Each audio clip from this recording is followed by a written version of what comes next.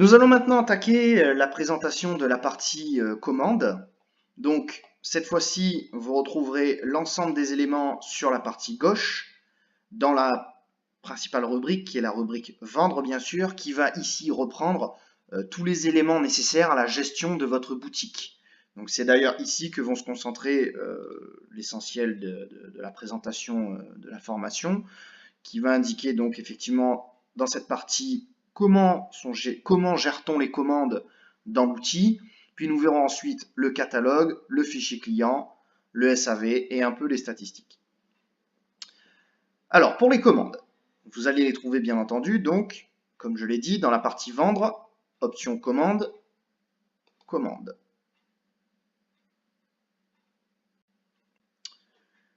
Donc vous arrivez sur cette interface qui est bien entendu la même que la version 1.6. Vous retrouvez donc listé vos dernières commandes, enfin toutes vos commandes, pardon, par ordre croissant et classées par code couleur de manière à vous présenter l'état d'avancement et de traitement de chacune d'entre elles. Alors vous disposez toujours des outils de filtrage, hein, vous pouvez les rechercher par référence en tapant par exemple les premières lettres. Donc un exemple, KH quelque chose. Normalement, voilà, il me sort la 5e. Je réinitialise le filtre. Vous pouvez bien sûr chercher les commandes correspondant uniquement au nouveau client ou rechercher par nom de client, par montant, par type de paiement, par état ou par plage de date. Donc concentrons-nous maintenant sur la gestion d'une commande. Donc je vais rentrer dans l'une d'entre elles pour vous montrer l'outil de présentation. Voilà, donc vous allez remarquer ici sur la partie gauche un résumé de la commande avec son statut en cours. Donc actuellement c'est une commande qui est en mode de virement bancaire, puisque le virement bancaire a été activé sur le site sur lequel je travaille actuellement. Donc automatiquement la commande est positionnée en attente de virement. Dans le cas où ce serait un paiement par carte bancaire, naturellement le statut de la commande serait marqué en payé ou en erreur de paiement en cas de défaut. Donc manuellement, je vais marquer que la commande a été réglée.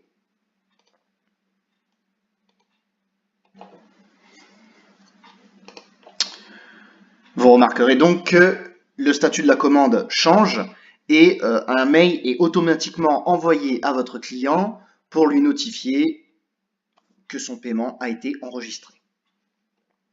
Donc en dessous, vous allez retrouver le petit cartouche qui va indiquer donc le transporteur qui a été choisi, le poids, les frais d'expédition. Vous pourrez bien sûr y indiquer un numéro de suivi en cliquant sur modifier et en saisissant dans cette zone votre numéro de suivi. Cette action va automatiquement envoyer, si votre transporteur le supporte bien sûr, le lien de suivi par mail à votre client. Si votre transporteur ne génère pas de lien de suivi, il recevra simplement le numéro de suivi par email dans tous les cas. Petite remarque, quand le paiement est accepté, que ce soit par virement, par carte bancaire, peu importe, c'est au niveau de ce statut, vous remarquerez que dans la zone documents ont été générés deux documents, votre facture et votre bon de livraison. Vous pouvez les télécharger simplement en cliquant sur le lien disponible.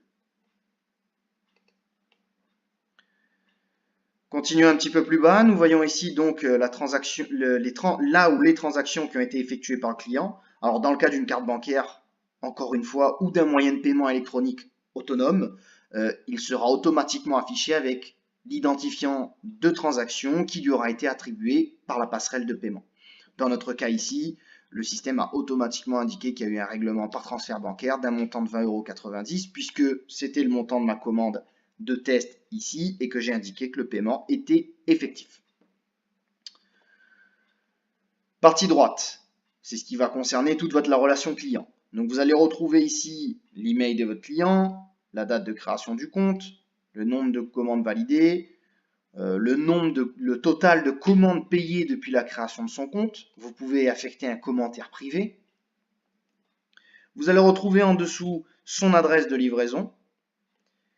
ainsi que son adresse de facturation. Pourquoi une différenciation?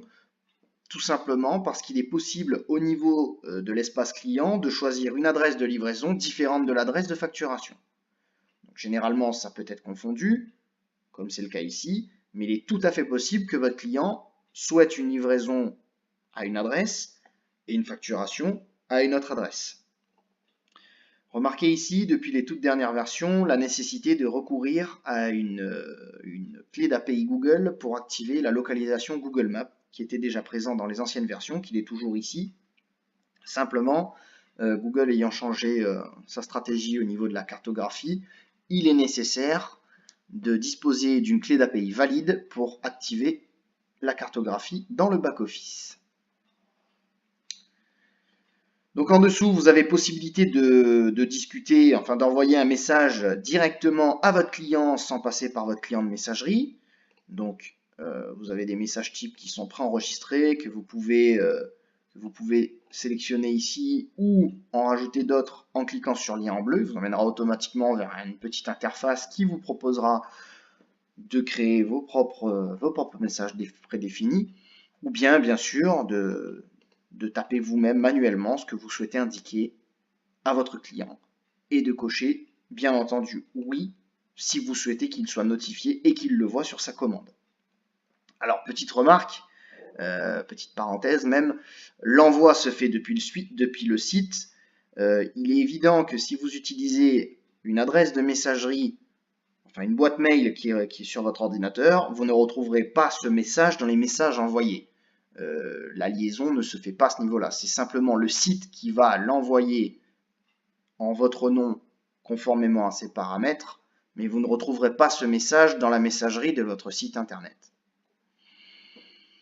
Et enfin, tout en bas de page, vous allez retrouver bien sûr le ou les produits commandés par votre client, de façon à ce que vous puissiez bien entendu traiter sa commande. Gardez à l'esprit que chaque fois que vous allez changer d'état votre commande, le client sera automatiquement notifié par email.